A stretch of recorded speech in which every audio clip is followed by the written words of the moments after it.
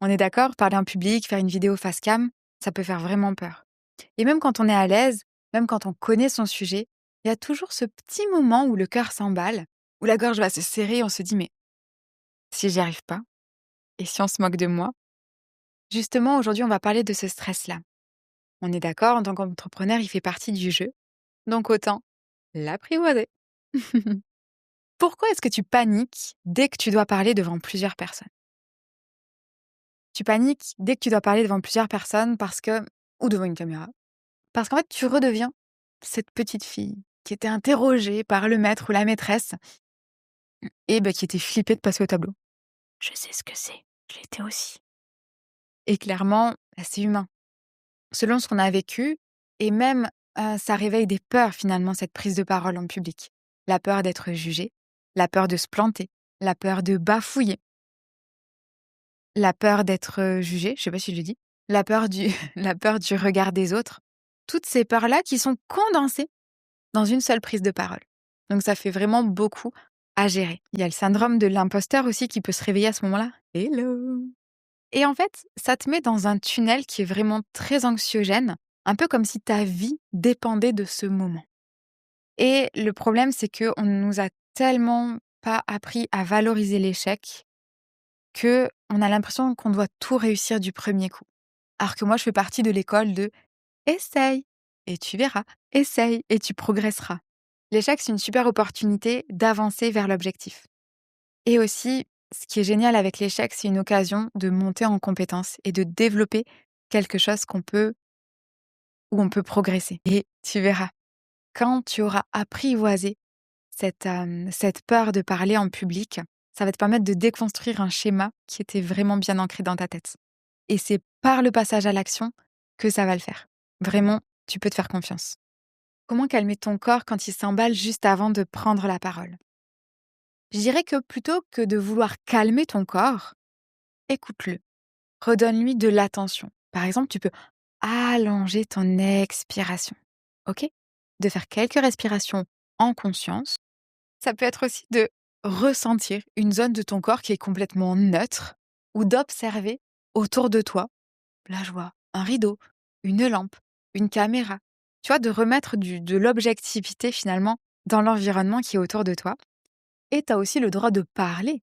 Tu peux très bien exprimer aux personnes à qui tu t'adresses que tu te sens stressé, que tu sens que tu as une boule dans le ventre, que tu sens que tes mains sont un peu moites ou tremblent un peu. Et déjà, le fait d'exprimer ces émotions, ces sensations, ça peut permettre de les faire redescendre. Et surtout, les personnes qui sont en face de toi, tu vas pouvoir leur permettre d'avoir de la compassion pour toi plutôt que du jugement. Et déjà, le fait de te lancer célèbre ce que tu fais, tu vois. Mais vraiment, autorise-toi à retrouver du neutre autour de toi et à exprimer auprès des personnes à qui tu t'adresses. Est-ce qu'on peut vraiment se préparer à gérer le stress ou est-ce que c'est juste de la théorie? La théorie. Alors la théorie, c'est bien, mais ça a vraiment ses limites. Bien sûr qu'on peut se préparer à quelque chose. Regarde, tous les grands sportifs, ils ont un préparateur mental ou une préparatrice mentale. Le fait de t'être préparé à ça, ça permet le jour J d'être pleinement concentré, d'être pleinement focus sur l'objectif que tu veux atteindre. Alors que si t'es pas préparé, c'est le stress, ce sont tes émotions qui peuvent prendre le contrôle de ce que tu dis, de ce que tu penses. Et en fait, après, tu te dis, mais pourquoi j'ai dit ça? Mais parce qu'en fait, c'est humain. Tu es tellement dans une vigilance extrême que ça peut court-circuiter les neurones dans ton cerveau, tu vois? Donc évidemment, tu vois, par exemple, en sophrologie, quand on est entre cette veille et le sommeil, dans cet état de conscience amplifié, modifié, c'est ton cerveau l'intègre comme si tu le vivais pour de vrai. Par exemple, tu veux parler devant une caméra ou devant un groupe et en fait, si en sophrologie, je t'amène en train de parler devant une caméra, devant un groupe, en étant sereine, que tu le répètes, quand ça sera le jour J, ton cerveau, il va se dire: «Mais elle a déjà vécu ça, trop facile» et tu vas pouvoir ressentir cette sérénité quand tu es devant une caméra ou devant un groupe. Donc évidemment qu'on peut se préparer à gérer le stress avant de prendre la parole. C'est pas, c'est pas du blabla et Oui, de toute façon, moi, le blabla, ça me saoule et mon métier, justement, est très pratique, tu vois? Coach sportif, sophrologue, on est dans le concret, dans le corps, dans les émotions. Donc la théorie, ça va 2 minutes, tu vois? Comment est-ce que tu peux faire quand tu as un gros trou de mémoire en plein milieu? Alors on est bien d'accord, un trou de mémoire, c'est hyper malaisant. Après, c'est comme pour tout, à toi de voir ce que tu veux en faire. Est-ce que tu restes comme ça et t'attends que ça passe? Ou sinon, tu peux aussi faire un ancrage sensoriel. Pouce index, par exemple. L'objectif, c'est de revenir au corps, à ton ancrage. Mais tu peux aussi solliciter, la personne qui est avec toi ou, le public s'il y en a un, tu vois? Qui, n'a jamais eu de trou de mémoire ou qui n'a jamais été témoin d'un trou de mémoire, tu vois? C'est complètement humain et là aussi, c'est une super opportunité pour, bah, booster ta confiance en ta capacité d'adaptation, tu vois? Si ce trou de mémoire te fait complètement perdre les moyens et que tu sors de l'endroit où tu es et tu abandonnes, mmh, qu'est-ce que tu auras vraiment appris de ça, tu vois?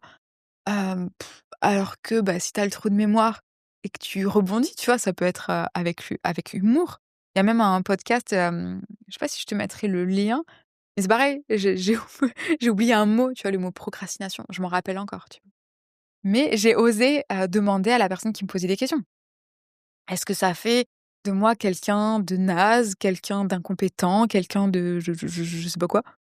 Bah non, je pense pas que cette erreur, parce que c'est une erreur, cette boulette, ça ne me définit pas, tu vois? Tu n'es pas ton trou de mémoire, tu n'es pas ton bégaiement, tu n'es pas tu vois? C'est qu'une micro facette d'un instant T.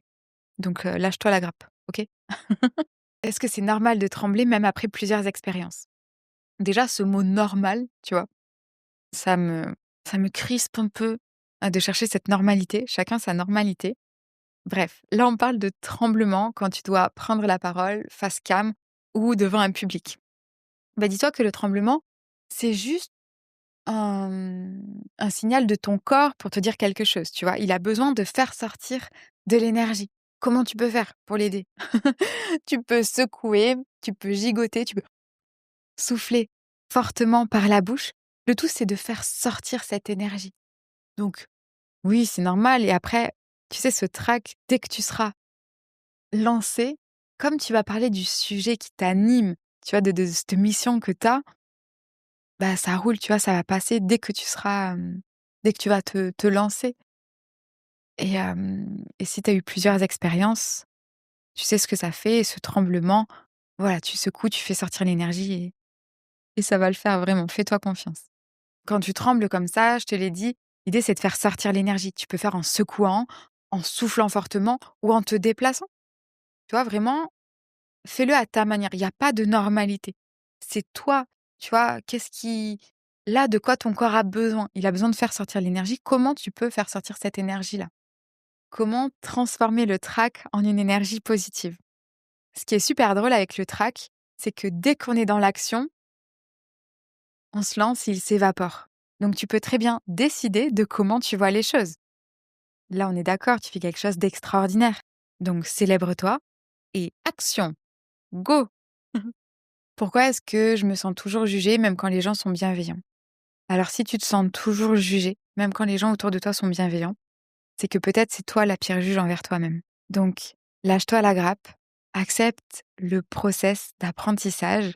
Alors oui, au début, ça sera peut-être nul ce que tu vas produire et au fur et à mesure, tu vas progresser. Peut-être que tu vas trouver ça même cool à la fin, tu vois? Ou alors ce sera complètement neutre et normal, un peu comme quand tu as appris à faire du vélo ou que tu as appris à marcher. Mais vraiment, cette confiance dans le process, elle est vraiment très importante. Et rappelle-toi que la confiance, elle vient avec l'action. Donc vraiment, fais-toi confiance, lance-toi, lâche-toi à la grappe et arrête de te comparer avec des personnes qui en sont au 150e chapitre, alors que toi, c'est le 4e, tu vois. Donc vraiment, accepte que ça soit pas encore parfait et c'est en faisant maintenant que ça sera parfait un jour, tu vois? Et comment justement éviter de te juger toi-même après coup? C'est vrai que quand on fait une présentation, on se dit ou même des fois à des rencontres ou des entretiens: «J'aurais dû dire ça, j'aurais mais pourquoi j'ai dit ci? Pourquoi j'ai dit ça? J'aurais dû réagir comme ça» et c'est vraiment difficile à encaisser parfois Mais là, quand tu sens que c'est venu comme ça, déjà rends-toi compte de ces pensées et ne leur laisse pas tout le pouvoir. Tu sais que tu as le contrôle de tes pensées. Donc la réajuste le curseur, la trajectoire et tu sais que tu peux te dire: «J'ai osé, je l'ai fait, j'y étais» et ça, célèbre-le parce que c'est ça qui a valorisé et ne t'en fais pas, tu pourras faire mieux la prochaine fois. Mais célèbre déjà ce que tu as fait parce que c'est pas rien d'oser se montrer face cam, d'oser parler devant un public. Tout le monde ne le fait pas, tu sais? On fait partie des 1% de la population, il faut pas l'oublier, même si sur Instagram, on a l'impression que c'est tout à fait normal et que tout le monde le fait, mais pas du tout. Donc vraiment, célèbre-toi et reprends le contrôle sur ces pensées et célèbre-toi, quitte à prendre un cahier, un stylo et te noter chaque jour tout ce que tu as réalisé et tout ce dont tu es fier. Parce que c'est vraiment important pour progresser et dans ta vie et dans ton business. Est-ce que tu ressens encore du stress? Est-ce que moi je ressens encore du stress? Alors ça m'arrive encore de stresser et quand je le sens, je fais un pas de côté, le plus vite possible et je regarde un peu comme si j'avais une caméra qui observe la situation et là je me dis: «Est-ce que c'est pas extraordinaire ce qui est en train de se passer?» Du coup, ça m'aide à retrouver l'énergie à l'intérieur et de et d'y aller, quoi. Parce que, si je reviens 5 ans en arrière, c'est c'est incroyable tout ce que j'ai fait et je suis fière de ça et donc finalement, le stress, c'est un indicateur, mais je veux pas qu'il me définisse sur le moment parce que, si on dézoome, en fait, c'est juste génial ce qui se passe. Donc ça m'aide à relativiser et le stress, en fait, je lui coupe un peu l'herbe sous le pied, tu vois?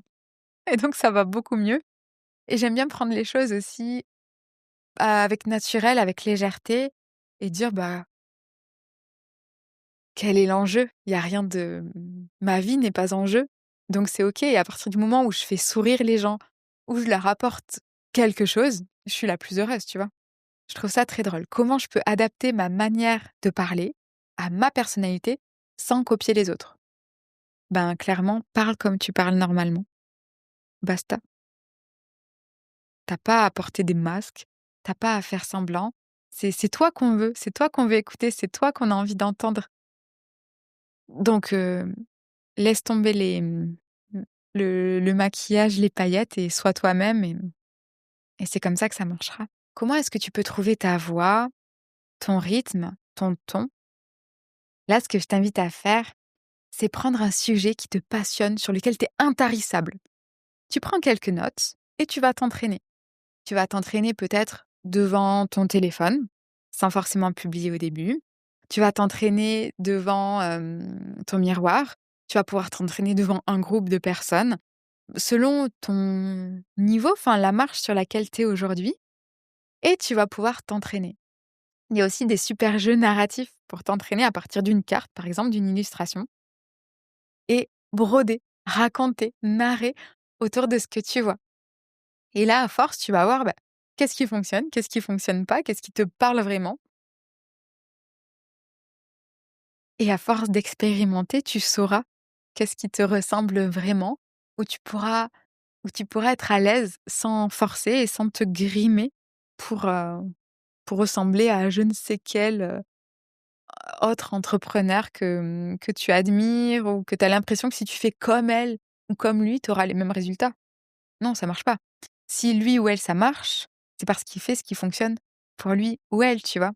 Et donc là, c'est hyper important que tu te connaisses.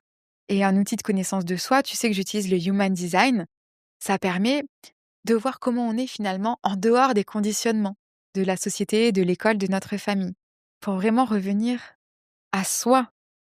Et du coup, bah, ça fait gagner vachement de temps.